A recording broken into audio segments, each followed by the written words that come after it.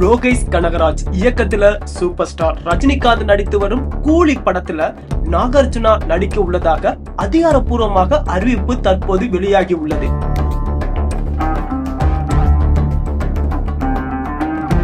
தர்பார், அண்ணாத்த படங்களின் தோல்விக்கு பிறகு இனிமே சிங்க பததான் என்பது போல நடிகர் ரஜினிகாந்த் தான் ஹீரோவாக நடிக்கும் படங்கள்ல மல்டி ஸ்டார் நடிகர்களை வைத்து வெயிட் காட்ட வேண்டும் என முடிவு செய்து தொடர்ந்து முன்னணி நடிகர்களை படங்களில் கொண்டு வந்து ஒவ்வொரு ஸ்டேட் ரசிகர்களையும் படங்களை பார்க்க வைத்து வருகிறார். அப்படித்தான் கூலி படத்துல தனுஷ், ராஷ்மிகா மந்தனா நடித்து வரும் குபேரா படத்துல நாகார்ஜுனா முக்கிய கதாபாத்திரத்துல நடித்து வரும் நிலையில அடுத்ததாக ரஜினிகாந்த் நடித்து வரும் கூலி படத்துல நாகார்ஜுனா சைமன் எனும் கதாபாத்திரத்துல நடித்து வருவதாக அதிகாரப்பூர்வமாக அறிவிப்பை சன் பிக்சர்ஸ் மற்றும் இயக்குனர் லோகேஷ் கனகராஜ் தற்போது அறிவிப்பை வெளியிட்டிருக்காங்க.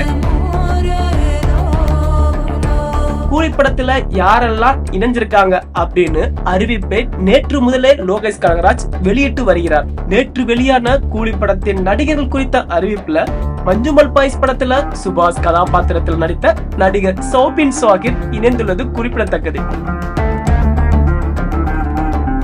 மலையாளத்திலிருந்து சோபின் சாகிர் மற்றும் தெலுங்கிலிருந்து நாகார்ஜுனா நடிக்க உள்ள நிலையில இந்தியிலிருந்து பாலிவுட் நடிகர் சல்மான் கான் இணைய போவதாக தற்போது தகவல் வெளியாகியிருக்கு. இந்த நிலையில இந்த படத்துல சல்மான் கானுடைய கதாபாத்திரத்தின் பெயர் என்னவா இருக்கும் அப்படின்பது பொறுத்திருந்து நாமளும் பார்க்கலாம்.